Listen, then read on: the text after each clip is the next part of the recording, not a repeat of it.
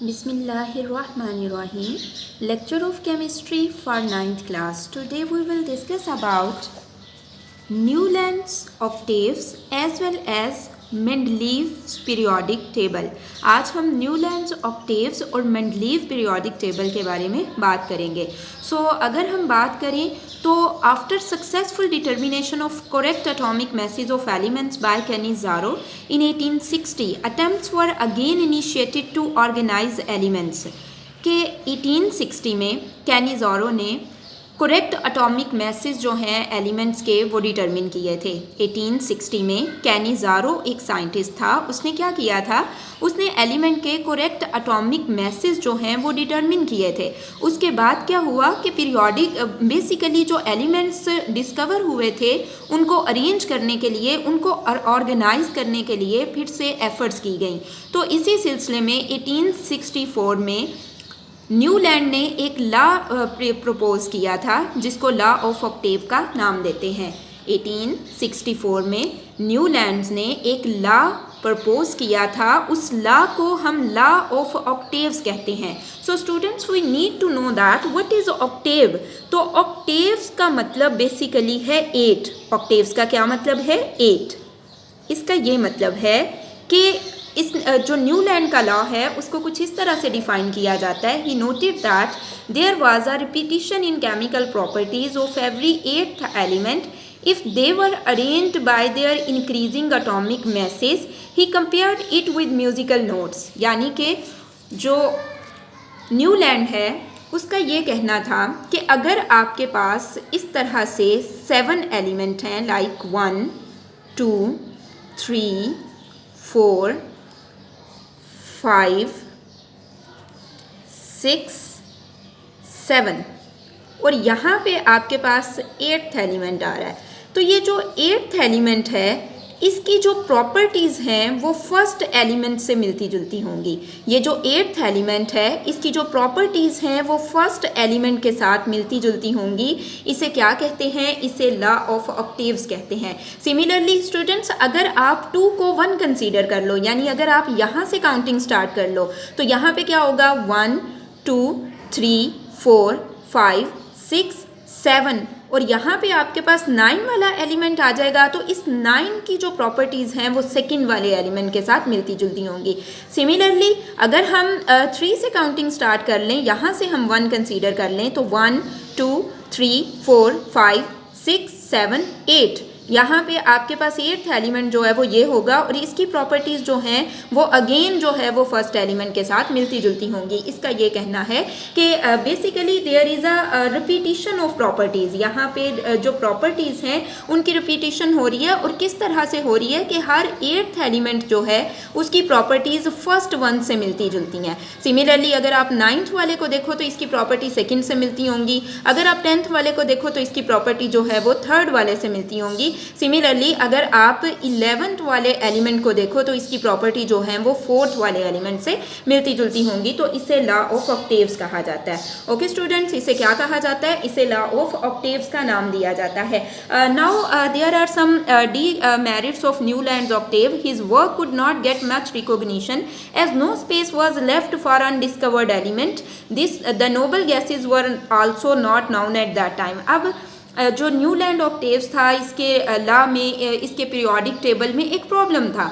वो क्या प्रॉब्लम था? वो ये प्रॉब्लम था कि इसने वो वाले एलिमेंट्स जो कि अभी डिस्कवर नहीं हुए थे उनके लिए स्पेस नहीं छोड़ी थी. ठीक है, वो एलिमेंट्स जो अभी डिस्कवर नहीं हुए थे उस वक्त तक वो एलिमेंट जो डिस्कवर नहीं हुए थे उनके लिए स्पेस नहीं छोड़ी थी. और उस वक्त अभी नोबल गैसेस भी डिस्कवर नहीं हुई थी. अब ये नोबल गैसेस क्या होती हैं? नोबल गैसेस जो हैं वो पीरियोडिक टेबल के 18th ग्रुप से बिलोंग करती हैं. ठीक है, जो नोबल गैसेस हैं वो पीरियोडिक टेबल के 18th ग्रुप से बिलोंग करती हैं और उस वक्त तक ये अभी डिस्कवर नहीं हुई थी.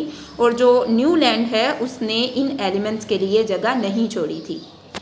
स्टूडेंट्स, ये आपके पास नोबल गैसेस हैं. ठीक है, ये जो आपके पास ग्रुप नंबर 18 है इसके जो एलिमेंट्स हैं helium, neon, argon, krypton, xenon, radon, ये सब आपके पास नोबल गैसेस हैं. ठीक है, और जो न्यूलैंड है उसने इनके लिए स्पेस नहीं छोड़ी थी. नेक्स्ट ही हमारे पास मेंडलीव पीरियोडिक टेबल है. एक रशियन केमिस्ट था मेंडलीव, उसने 63 एलिमेंट जो उस वक़्त तक डिस्कवर हो चुके थे उन्हें अरेंज किया था on the basis of their increasing atomic number, ठीक है। मेंडलीव जो है उसने क्या किया था, उसने उस वक़्त तक जो 63 एलिमेंट्स डिस्कवर हो चुके थे उन्हें on the basis of increasing atomic message arrange किया था हॉरिजेंटल रोज़ में, और उन हॉरिजेंटल रोज़ को पीरियड्स का नाम दिया जाता है, ठीक है। और इसमें बेसिकली क्या था कि इसमें जो सिमिलर प्रॉपर्टीज़ वाले एलिमेंट्स थे ना वो एक ग्रुप में आ गए थे, यानी वो वर्टिकल कॉलम्स में आ गए थे, और वर्टिकल कॉलम्स को हम ग्रुप्स का नाम देते हैं, ठीक है। सो इसके अकॉर्डिंग जो सिमिलर प्रॉपर्टीज़ वाले एलिमेंट्स थे वो किस में आ गए थे, वो वर्टिकल कॉलम्स में आ गए थे, और वर्टिकल कॉलम्स को हम ग्रुप का नाम देते हैं। अब इसका लॉ क्या था, इसका लॉ जो है वो कुछ इस तरह से डिफाइन किया जाता है कि properties of the elements are periodic functions of their atomic masses. अब पीरियोडिक फंक्शंस क्या होते हैं, पीरियोडिक फंक्शंस का मतलब होता है रेगुलर इंटरवल के बाद रिपीट होना, ठीक है, रेगुलर इंटरवल के बाद रिपीट होना। फॉर एग्जांपल अगर हम संडे को देखें तो संडे जो है वो 6 डेज़ के बाद आता है, संडे कभी भी 7 डेज़ के बाद नहीं आया या 8 डेज़ के बाद नहीं आया, बल्कि वो कितने डेज़ के बाद आता है, 6 डेज़ के बाद आता है। तो क्या है कि वो एक स्पेसिफिक इंटरवल के अकॉर्डिंग जो है वो रिपीट हो रहा है। सिमिलरली जो प्रॉपर्टीज़ हैं वो क्या करती हैं, वो भी रेगुलर इंटरवल से उनकी जो प्रॉपर्टीज़ हैं वो रिपीट होती हैं, ओके। सो अगर हम मेंडलीव पीरियोडिक टेबल के मेरिट्स देखें तो उसके मेरिट्स ये हैं कि मेंडलीव का पीरियोडिक टेबल जो है वो एलिमेंट्स को तरतीब देने की पहली जो है वो कामयाब कोशिश थी, ठीक है, मतलब सक्सेसफुल एफर्ट थी, जिसके अकॉर्डिंग उसने क्या किया कि उसने एलिमेंट्स को अरेंज कर दिया। तो लेकिन इसके भी कुछ डीमेरिट्स हैं। अब वो डीमेरिट्स क्या हैं, डीमेरिट्स ये थे कि उसने पोजीशन ऑफ आइसोटोप्स जो है उसको एक्सप्लेन नहीं किया था, ठीक है।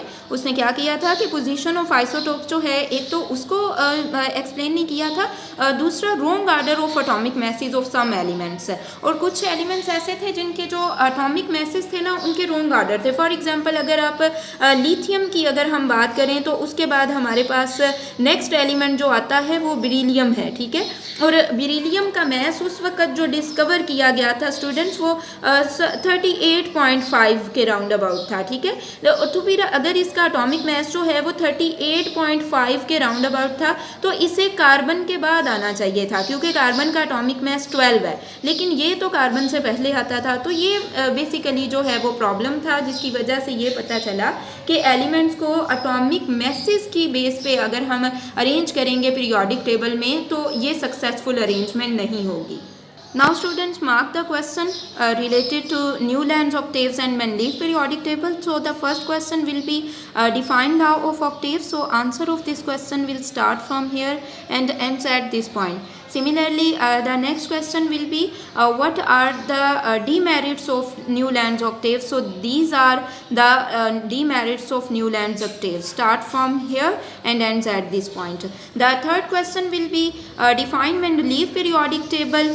So the answer of this question will start from here and ends at this point. The fourth question will be what are the demerits of Mendeleev periodic table. So the answer of this question will start from here and ends at this point.